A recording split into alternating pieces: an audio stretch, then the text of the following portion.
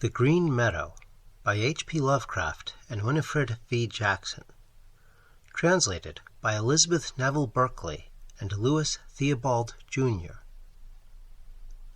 Introductory Note: the following very singular narrative or record of impressions was discovered under circumstances so extraordinary that they deserve careful description. On the evening of Wednesday, August 27th, 1913, at about 8:30 o'clock, the population of the small seaside village of Potawatomi, Maine, USA, was aroused by a thunderous report accompanied by a blinding flash, and persons near the shore beheld a mammoth ball of fire dart from the heavens into the sea but a short distance out, sending up a prodigious column of water. The following Sunday, a fishing party composed of John Richmond, Peter B. Carr, and Simon Canfield caught in their trawl and dragged ashore a mass of metallic rock weighing 360 pounds, and looking, as Mr. Canfield said, like a piece of slag. Most of the inhabitants agreed that this heavy body was none other than the fireball which had fallen from the sky 4 days before, and Dr. Richmond M. Jones, the local scientific authority, allowed that it must be an aerolite or meteoric stone. In chipping off specimens to send to an expert Boston analyst, Dr. Jones discovered, embedded in the semi-metallic mass, the strange book containing the ensuing tale, which is still in his possession. In form, the discovery resembles an ordinary notebook, about 5 by 3 inches in size, and containing 30 leaves. In material, however, it presents marked peculiarities. The covers are apparently of some dark stony substance unknown to geologists, and unbreakable by any mechanical means. No chemical reagent seems to act upon them. The leaves are much the same, save that they are lighter in color, and so infinitely thin as to be quite flexible. The whole is bound by some process not very clear to those who have observed it, a process involving the adhesion of the leaf substance to the cover substance. These substances cannot now be separated, nor can the leaves be torn by any amount of force. The writing is Greek of the purest classical quality, and several students of paleography declare that the characters are in a cursive hand used about the 2nd century B.C. There is little in the text to determine the date. The mechanical mode of writing cannot be deduced beyond the fact that it must have resembled that of the modern slate and slate pencil. During the course of analytical efforts made by the late Professor Chambers of Harvard, several pages, mostly at the conclusion of the narrative, were blurred to the point of utter effacement before being read, a circumstance forming a well-nigh irreparable loss. What remains of the contents was done into modern Greek letters by the paleographer Rutherford, and in this form submitted to the translators. Professor Mayfield of the Massachusetts Institute of Technology, who examined samples of the strange stone, declares it a true meteorite, an opinion in which Dr. von Winterfeldt of Heidelberg, interned in 1918 as a dangerous enemy alien, does not concur. Professor Bradley of Columbia College adopts a less dogmatic ground, pointing out that certain utterly unknown ingredients are present in large quantities, and warning that no classification is as yet possible. The presence, nature, and message of the strange book form so momentous a problem that no explanation can even be attempted.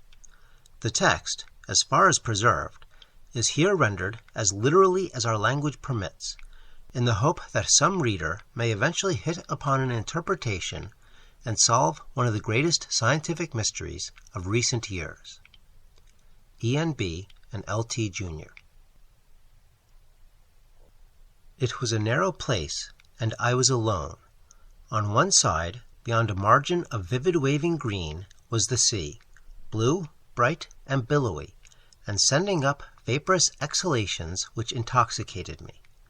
So profuse, indeed, were these exhalations that they gave me an odd impression of a coalescence of sea and sky, for the heavens were likewise bright and blue. On the other side was the forest, ancient almost as the sea itself, and stretching infinitely inland. It was very dark, for the trees were grotesquely huge and luxuriant, and incredibly numerous. Their giant trunks were of a horrible green, which blended weirdly with the narrow green tract whereon I stood. At some distance away, on either side of me, the strange forest extended down to the water's edge, obliterating the shoreline and completely hemming in the narrow tract. Some of the trees, I observed, stood in the water itself, as though impatient of any barrier to their progress. I saw no living thing, nor sign that any living thing save myself had ever existed. The sea and the sky and the wood encircled me, and reached off into regions beyond my imagination. Nor was there any sound save of the wind-tossed wood and of the sea. As I stood in this silent place, I suddenly commenced to tremble, for though I knew not how I came there, I could scarce remember what my name and rank had been. I felt that I should go mad if I could understand what lurked about me. I recalled things I had learned, things I had dreamed, things I had imagined and yearned for in some other distant life. I thought of long nights when I had gazed up at the stars of heaven and cursed the gods that my free soul could not traverse the vast abysses which were inaccessible to my body. I conjured up ancient blasphemies and terrible delvings into the papyri of Democritus, but as memories appeared, I shuddered in deeper fear, for I knew that I was alone, horribly alone, alone, yet close to sentient impulses of vast, vague kind, which I prayed never to comprehend nor encounter.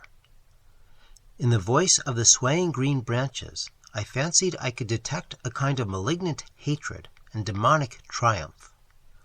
Sometimes they struck me as being in horrible colloquy with ghastly and unthinkable things, which the scaly green bodies of the trees half hid from sight, but not from consciousness. The most oppressive of my sensations was a sinister feeling of alienage. Though I saw about me objects which I could name, trees, grass, sea, and sky, I felt that their relation to me was not the same as that of the trees, grass, sea, and sky I knew in another and dimly remembered life. The nature of the difference I could not tell, yet I shook in stark fright as it impressed itself upon me.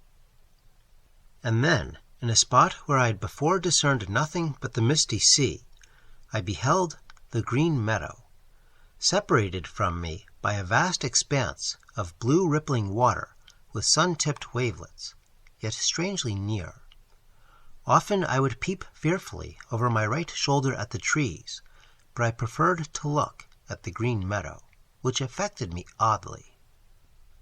It was while my eyes were fixed upon this singular tract that I first felt the ground in motion beneath me, beginning with a kind of throbbing agitation which held a fiendish suggestion of conscious action. The bit of bank on which I stood detached itself from the grassy shore and commenced to float away, borne slowly onward as if by some current of resistless force. I did not move, astonished and startled as I was by the unprecedented phenomenon, but stood rigidly still until a wide lane of water yawned betwixt me and the land of trees.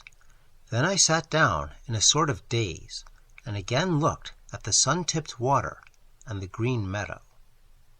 Behind me, the trees and the things they may have been hiding seemed to radiate infinite menace.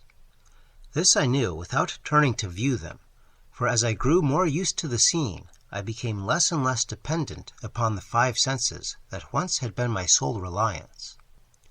I knew that the green scaly forest hated me, yet now I was safe from it, for my bit of bank had drifted far from the shore. But though one peril was past, another loomed up before me.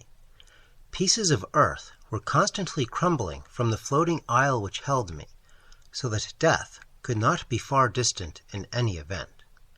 Yet even then I seemed to sense that death would be death to me no more, for I turned again to watch the green meadow, imbued with a curious feeling of security in strange contrast to my general horror. Then it was that I heard, at a distance immeasurable, the sound of falling water, not that of any trivial cascade such as I had known, but that which might be heard in the far Scythian lands if all the Mediterranean were poured down an unfathomable abyss. It was toward this sound that my shrinking island was drifting, yet I was content. Far in the rear were happening weird and terrible things which I turned to view, yet shivered to behold. For in the sky dark vaporous forms hovered fantastically, brooding over trees and seeming to answer the challenge of the waving green branches. Then a thick mist arose from the sea to join the sky forms, and the shore was erased from my sight. Though the sun, what sun I knew not, shone brightly on the water around me, the land I had left seemed involved in a demonic tempest, where clashed the will of the hellish trees and what they hid, with that of the sky and the sea. And when the mist vanished, I saw only the blue sky and the blue sea, for the land and the trees were no more. It was at this point that my attention was arrested by the singing in the green meadow. Hitherto, as I have said, I had encountered no sign of human life, but now there arose to my ears a dull chant whose origin and nature were apparently unmistakable. While the words were utterly indistinguishable, the chant awaked in me a peculiar train of associations, and I was reminded of some vaguely disquieting lines I had once translated out of an Egyptian book, which in turn were taken from a papyrus of ancient Meadow. Through my brain ran lines that I feared to repeat, lines telling of very antique things and forms of life in the days when our earth was exceeding young, of things which thought and moved and were alive, yet which gods and men would not consider alive. It was a strange book. As I listened, I became gradually conscious of a circumstance which had before puzzled me only subconsciously. At no time had my sight distinguished any definite objects in the green meadow, an impression of vivid homogeneous verdure being the sum total of my perception. Now, however, I saw that the current would cause my island to pass the shore at but a little distance, so that I might learn more of the land and of the singing thereon. My curiosity to behold the singers had mounted high, though it was mingled with apprehension. Bits of sod continued to break away from the tiny tract which carried me, but I heeded not their loss, for I felt that I was not to die with the body, or appearance of a body, which I seemed to possess, that everything about me, even life and death, was illusory, that I had overleaped the bounds of mortality and corporeal entity, becoming a free detached thing, impressed me as almost certain. Of my location I knew nothing, save that I felt I could not be on the earth planet once so familiar to me. My sensations, apart from a kind of haunting terror, were those of a traveler just embarked upon an unending voyage of discovery.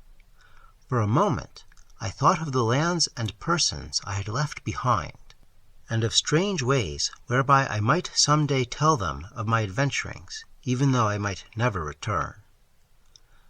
I had now floated very near the green meadow, so that the voices were clear and distinct, but though I knew many languages, I could not quite interpret the words of the chanting. Familiar they indeed were, as I had subtly felt when at a greater distance, but beyond a sensation of vague and awesome remembrance, I could make nothing of them. A most extraordinary quality in the voices, a quality which I cannot describe, at once frightened and fascinated me. My eyes could now discern several things amidst the omnipresent verdure, rocks covered with bright green moss, shrubs of considerable height, and less definable shapes of great magnitude, which seemed to move or vibrate amidst the shrubbery in a peculiar way. The chanting, whose authors I was so anxious to glimpse, seemed loudest at points where these shapes were most numerous and most vigorously in motion. And then, as my island drifted closer and the sound of the distant waterfall grew louder, I saw clearly the source of the chanting, and in one horrible instant remembered everything. Of such things I cannot, dare not tell, for therein was revealed the hideous solution of all which had puzzled me, and that solution would drive you mad, even as it almost drove me. I knew now the change through which I had passed, and through which certain others who once were men had passed, and I knew the endless cycle of the future which none like me may escape. I shall live forever, be conscious forever, though my soul cries out to the gods for the boon of death and oblivion. All is before me. Beyond the deafening torrent lies the land of Stethalos, where young men are infinitely old. The green meadow. I will send a message across the horrible, immeasurable abyss. At this point, the text becomes illegible.